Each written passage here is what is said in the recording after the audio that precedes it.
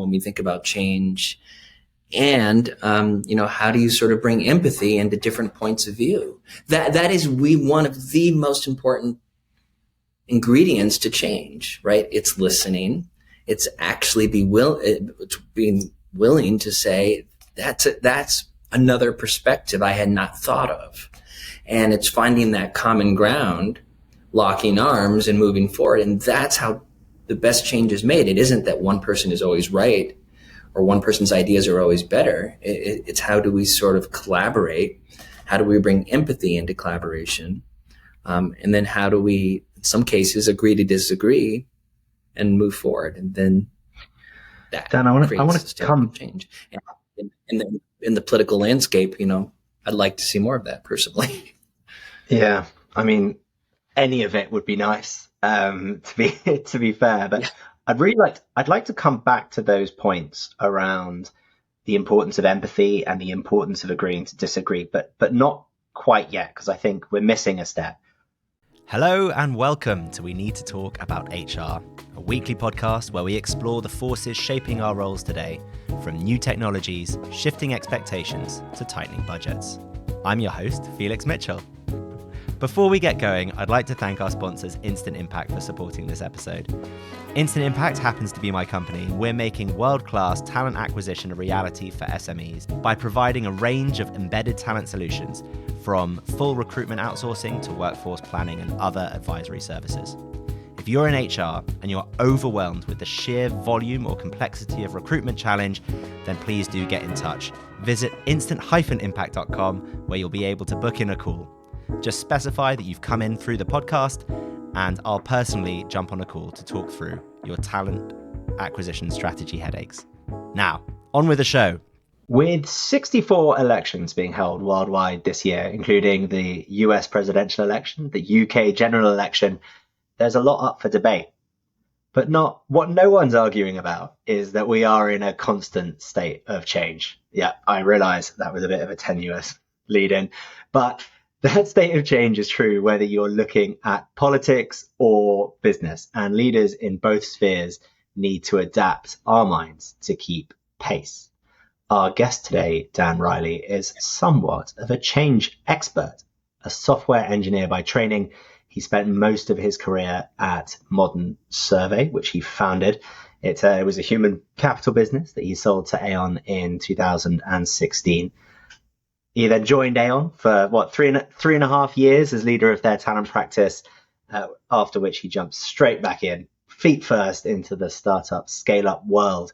And most recently, he's founded and runs RADICL, which is a visionary, I call it part advisory, part technology firm, probably lilting more towards technology in 2024 than advisory. And they help companies to get the most out of their team, looking at people science and also an understanding of that whole person experience. Dan, thanks so much for joining us today.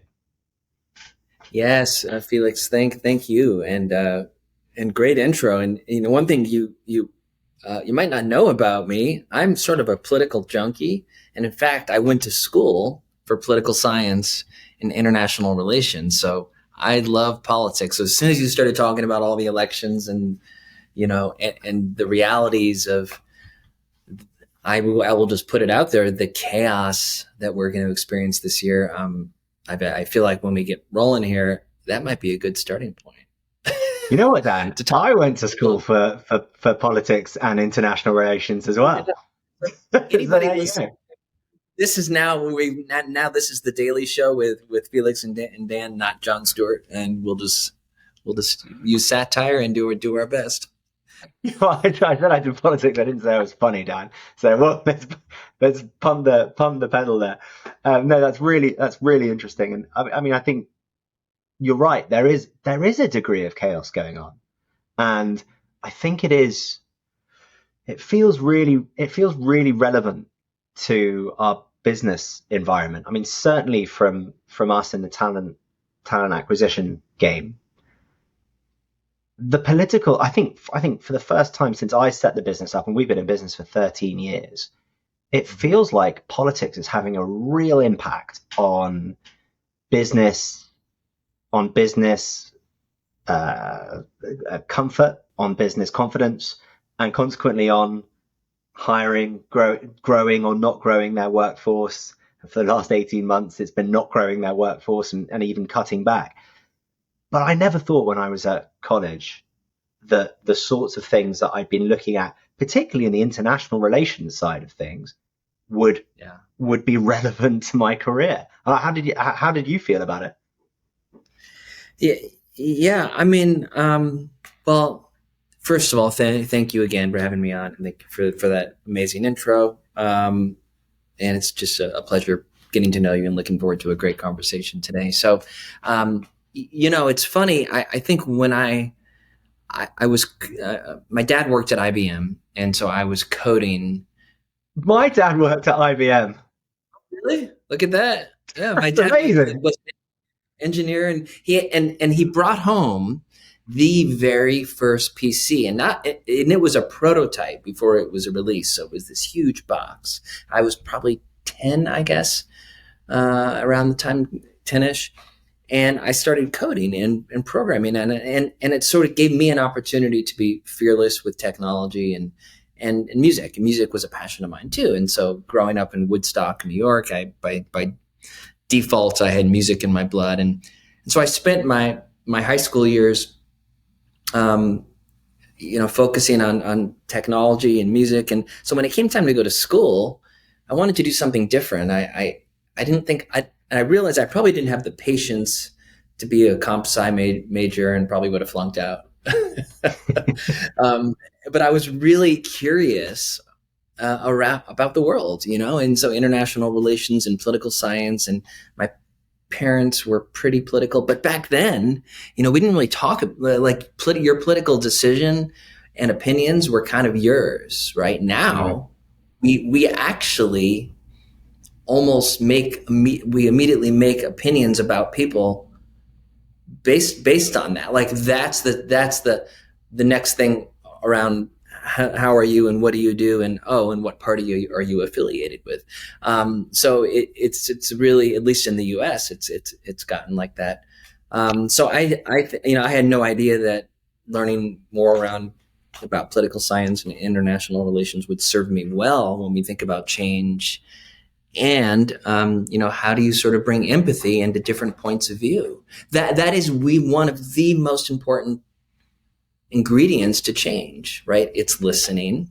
It's actually being willing to say that's another perspective I had not thought of, and it's finding that common ground, locking arms, and moving forward. And that's how the best change is made. It isn't that one person is always right, or one person's ideas are always better. It's how do we sort of collaborate? How do we bring empathy into collaboration? And then how do we, in some cases, agree to disagree and move forward? And then that Dan, I want to come change. And in the political landscape, I'd like to see more of that personally. Yeah, I mean, any of it would be nice, to be fair, but. Yeah. I'd like to come back to those points around the importance of empathy and the importance of agreeing to disagree, but not quite yet, because I think we're missing a step. I'd really like for you just to talk me through. I always like to ask the stupid questions. I pretend it's so that other people don't have to, but really it's because I'm learning about so much. But can you just talk our listeners through what is a change mindset and why is it so important today? Yeah. So, we think about a change mindset is a willingness to leave something behind, a willingness to do something different consistently. Because if you do, the impact of that and the feeling that you get from that, whether it's personal, whether it's organizational, is going to be perceivably better than where you are at that moment. And so the mindset and it takes a lot, but the mindset starts with just a commitment, right? And it starts with courage. So I talk about any change mindset always has to start with courageous commitment to some degree, because it's scary, because you don't know what's on the other side, and you don't know if you can succeed. And walking into change with expectations that you have to change and you have to succeed is actually really, really dangerous too. Sometimes just the art in the act of trying is in fact change within itself. So I think it's that courageous step of recognizing I can do something different. We can do something different. We need to do something different for whatever reasons we've defined and for whatever it might be. And then an important part of mindset is the importance of connection and empathy. So I know we'll get to empathy in a moment, but and the reason why connection is a part of a change mindset is, think of anything in your life, any change you've been through. You individually have to make that decision, but you can't do it alone, right? You need people around you who energize you, who support you, who pick you up when you fall, not fail, but when you fall, who give you ideas, who have your back. And so this might be teammates, this might be colleagues, this might be friends, this might be partners, this might be family. But, that's an incredible part of change mindset, is having that type of, that type of connection. And then empathy is a critical part of change mindset, which is, again, a willingness to hear something a little bit different. Humility is the willingness to say, I don't know how to get from point A to point B to point C to point D, right? I want to learn. So it's being humble enough to recognize that I don't know all the answers. And then we talk about trust is a huge part of it. And to bring empathy and humility into any conversation, there has to be a sense of trust. And then there's that just steadfast commitment that we're going to get through this. I'm going to get through this.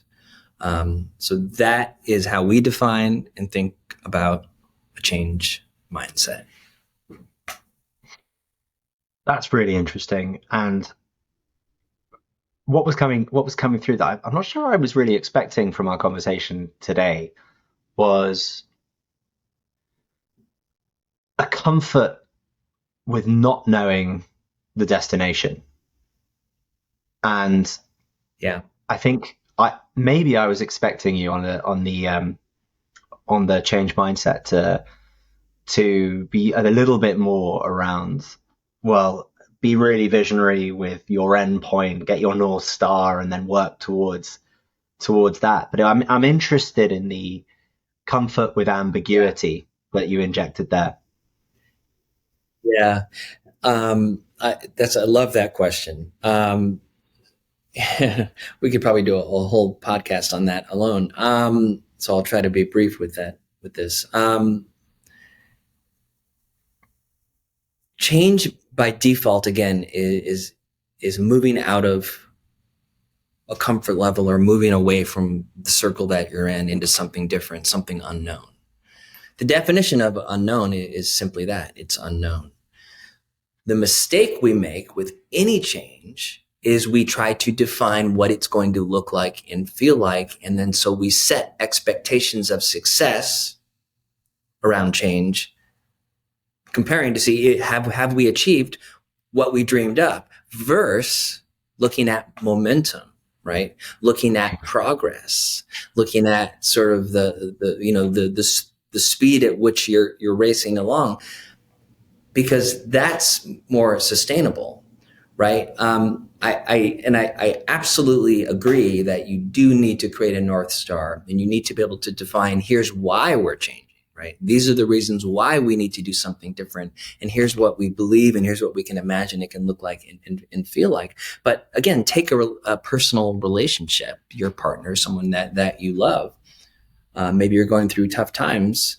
You can't perfectly define what great's going to look like or what a great love is going to look like. But what you can do is you can start doing things differently, right? Every day. You can start to do those small things consistently every day. And by doing that, things will just organically sort of find their place. And you, again, and I use that example because I think we've all lived through that. And you can't visualize sort of the utopian relationship, or we want the perfect love and the picket fence and the two dogs. And, what do you want with a relationship? You want happiness. You want trust. You want to be able to sort of live life with someone and not be afraid to share fears and do this. And sometimes we get stuck. And so change is about getting unstuck, number one. And change is about momentum, and change is about striving for that North Star and looking towards that North Star. But it's okay. It's okay if the North Star has rotated or moved a little bit, because you have that energy and that momentum. And calibration is a critical part of change, right? Which is examining, here's where we are. Here's maybe what we need to do a little differently. Here's what we need to keep doing more of. And that, I believe, creates more sustainability and change versus sort of this binary, yes, we've arrived, no, we haven't arrived. So that's how I talk about that. You know what, when we were having our first conversation, you said a line that has just stuck with me, stuck in my brain, which is that change is not about arrival, it's about momentum. And I just love that. It just really summed up that whole piece you were just talking through there. And maybe if I was smiling as you were just talking through that, because that instant impact, we're going through the process of continually going through the process, but we're doing a lot of it at the moment of changing the process at the core of what we're doing, how we find candidates, how we engage them. We're like a lot of companies at the moment, we're thinking about where we can leverage large language models and different kinds of AI and better reporting and all of that piece. And I think I was running that piece before, whilst we hired in a professional, someone that actually knows what they're doing, which we thankfully now done. But a couple of times I made that mistake that you spoke about before, which was I talked about the North Star, and I was like, this is how exciting it's going to be, and we're going to get there. And then we embarked on a period of change, and people just assumed, because I hadn't done a very good job of talking about the momentum and the change mindset and the kind of more of the process that we're on, at the first sort of big milestone that I was super excited about, because I knew from starting at zero, we were, I don't know, significantly further along this journey than I thought we'd ever been. People were expecting us to be at the North Star already. So it was really interesting. Yeah. That I hadn't done anywhere near enough thinking about what the change mindset the business needs to be on. Yeah, and I think so. Two things. One quick point of that, and then a really short story about that. So I think we set expectations, right? If we kind of have this binary North Star to say, well, here's what we're moving towards, and then if we don't match what we've been preaching, there's a sense of, well, we didn't succeed, and that's really unfortunate, because in fact you might be beyond succeeding because that momentum is behind you and you have that wind behind you. So I've learned over the years too, I do absolutely think having a North Star and a vision, you have to have that. Whether you're a team, an entrepreneur, startup, CEO, doesn't matter, or head of a function or a division, always imagine what you want to look like and feel like. That's important, but focus and obsess more about the momentum, not sort of the arrival. And one example really fast, when Modern Survey, who you brought up, we were acquired by Aon, I made a mistake.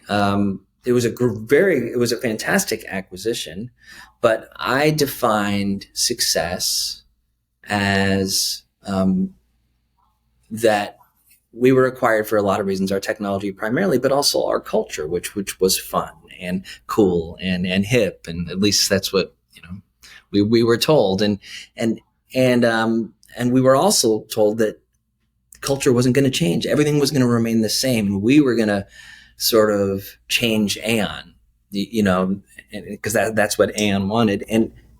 And so I set expectations that everything's going to remain the same, which was silly. And I look back at it now, and I always let founders know, and anybody going through any acquisition process, it's never going to be the same.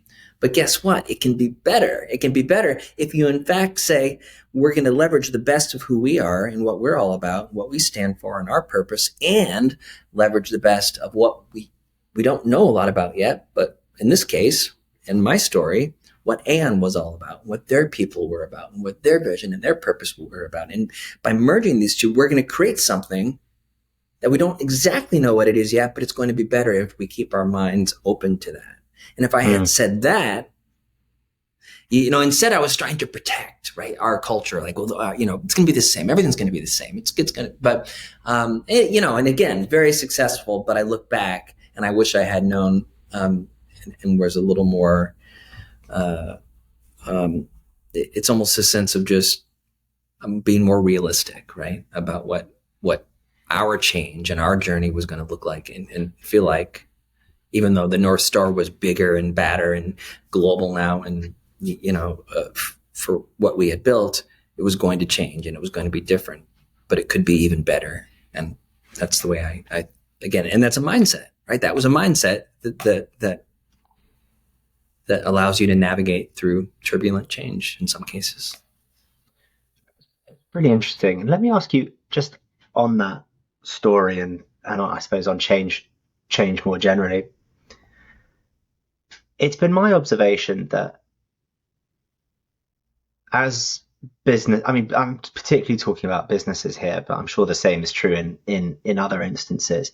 As businesses grow, and as they change, and all of the metrics that we look at as CEOs or investors or HR leaders, people leaders, all the metrics you look at, headcount increases, revenue increases, profit increases, global stake increases. We get acquired, we acquire other companies, and we have that change.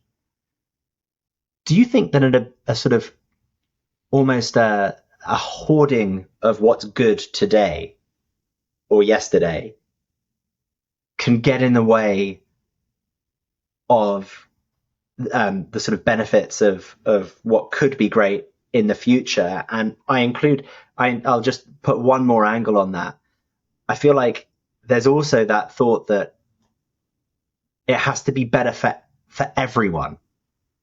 And I feel that we put a lot of thought into, well, I wonder whether the minority of people might not thrive in this new environment, losing sight of the fact that we'll have a bigger remit, we'll be able to do more good for more team members, for more of an organization.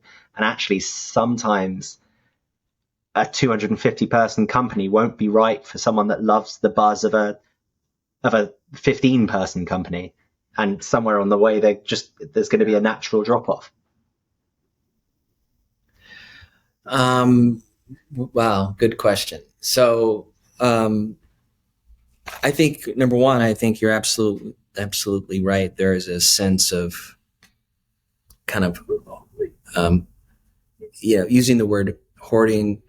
I would almost talk about it it's hoarding what's comfortable and what we know, right?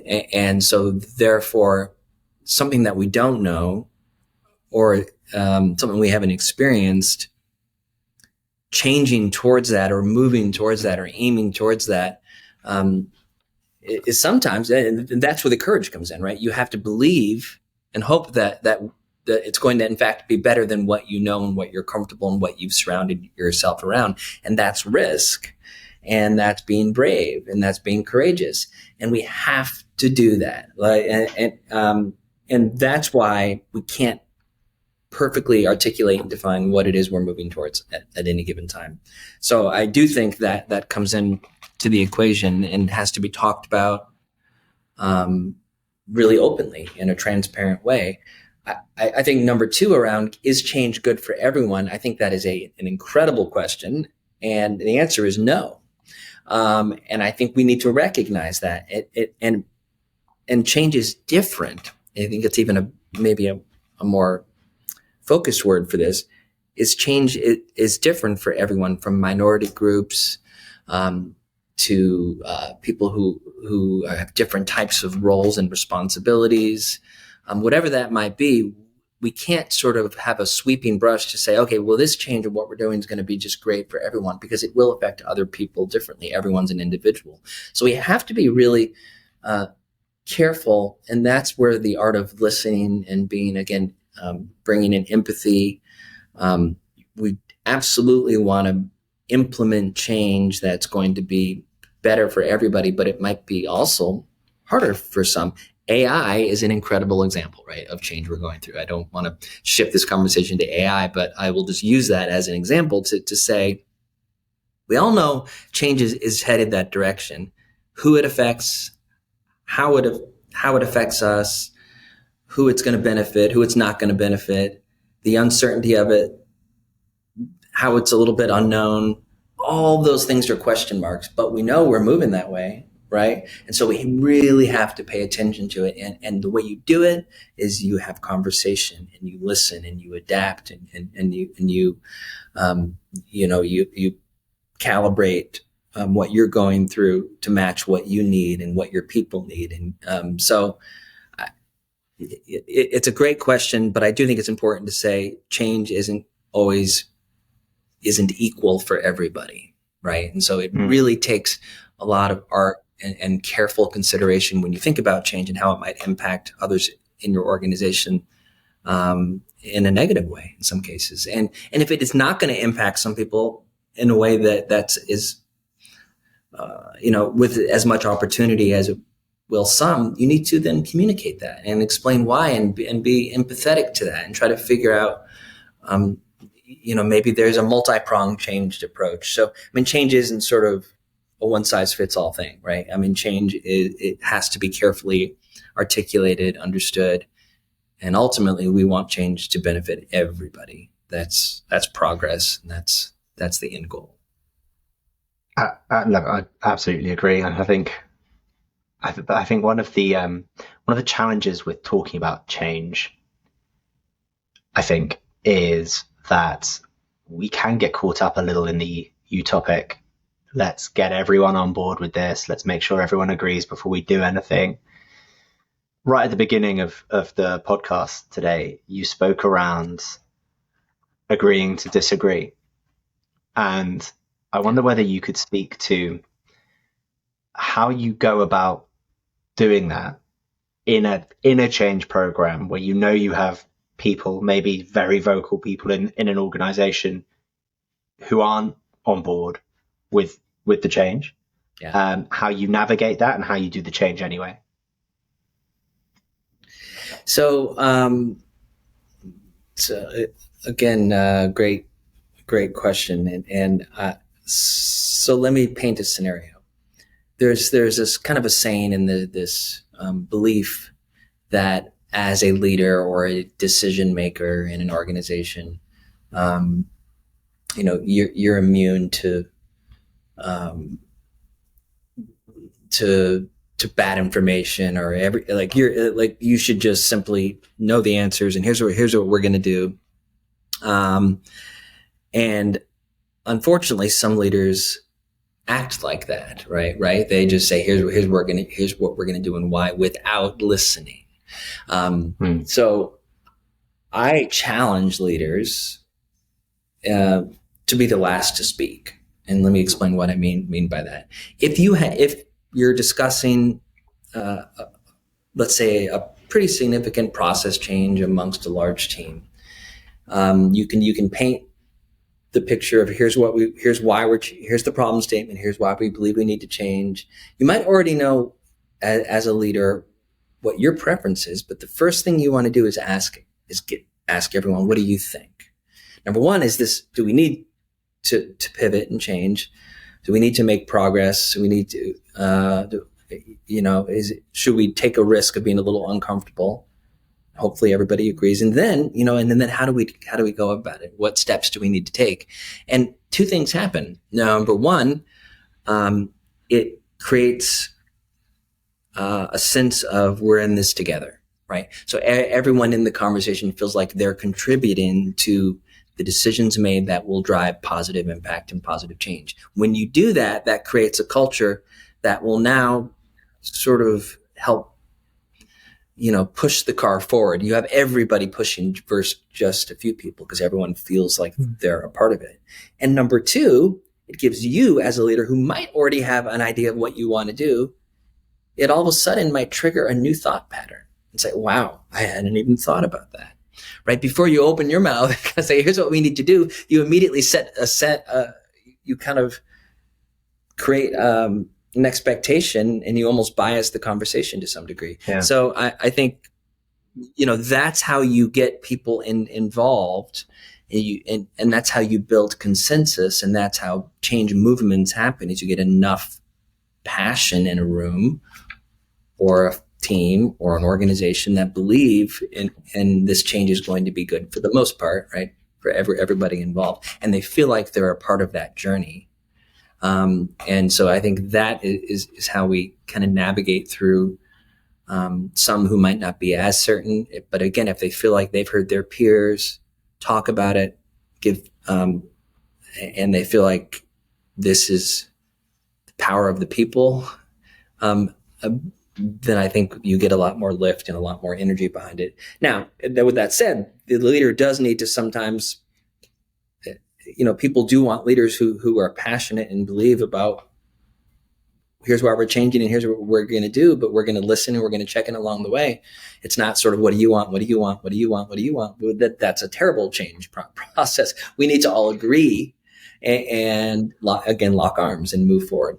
But the way you get to that agreement is through that open conversation and dialogue and listening and giving people a voice. Yeah, that's really powerful, Dan. I really like that. Now, I'm a bit aware of time, so I'm just going to pull it back to the title of the podcast, which is, of course, we need to talk about HR. What do you think it is about the landscape at the moment that makes it so important that HR and people functions adopt this change mentality? Well, yeah, that's so here's number one, HR, H stands for human. Right. And I always remind HR teams about that. There is a certain responsibility when we talk about transactional HR and, payroll and certain process. But when I talk about the mindset of an HR shift, is really empowering the individual and giving voice back to the individual. The mistake HR teams and HR leaders have made, and not intentionally, of course, but over the past decade, is we kind of we create that North Star. We find a new process or a new technology and we implement it and say, well, this is going to fix everything, right? Then we implement another, and now we have 50, 60 work tech solutions all working in concert. That it just, in fact, is heavy and weighs on, and is not empowering the individual whatsoever. In fact, it's distracting. So I think HR, while they've always, as a team and a function, it has always meant well. I think there is opportunity to really inverse the pyramid and allow individuals to rise and give them a little more empowerment around connection. We know like cross-functional work is the future, right? We know hybrid is the future. We know the way people connect within the organization and create, informal mentorships is the future. So HR needs to build processes and programs that support the way people actually work in 2024 heading into 2025. So I think that's so important. And we have 5 generations in the workforce right now, right? And a younger generation that has a very different perspective and a really powerful voice that has to be heard and has to be listened to. So HR has a lot on their plate. And HR is a really cool business function, right? Like I always joke to say HR is cool. Like it is one of the most important parts of a company and an organization, because you are responsible for the well-being and the experience that every person, right, has. But it isn't your responsibility to fix everything. Your responsibility is to empower individuals and teams. There's an old saying that leaders don't fix teams, teams fix teams. Right? Leaders help inspire you. They protect you. They guide you. They can give you the tools you need. But ultimately, where the work gets done is in the smaller pods of people, and they need to be inspired to do so. And I think that's a big responsibility of HR, to create culture and empower at the individual level. So, that's a long / short answer to the opportunity, but it's so important for HR to really reimagine things, and it's the time. I've been screaming this out loud for a couple of years now, and that's, I even went out of my way to say this is HR's last chance. I have gone on record by saying that, like HR, you have to evolve and move forward. And I say that a little tongue in cheek. Obviously, there isn't some sort of brick wall we're going to hit, but the time is now. Like we HR needs to do better in many cases, and some HR teams are doing amazing things, and every HR team that I met wants to do amazing things. They just need the support. They need the encouragement. So we have incredible opportunity, and I'm an optimist, and I believe we can get there. So am I. Inveterate optimist and a big believer in HR, as you'd imagine with this podcast. Well, that's all we've got time for today. Dan, thank you so much for coming on. It's been a fascinating episode, and I really hope that we can have you on in the future. Who knows?Maybe we can talk international relations for the whole podcast. But thank you for coming on. Thank you so much for having me. It's great. Loved it.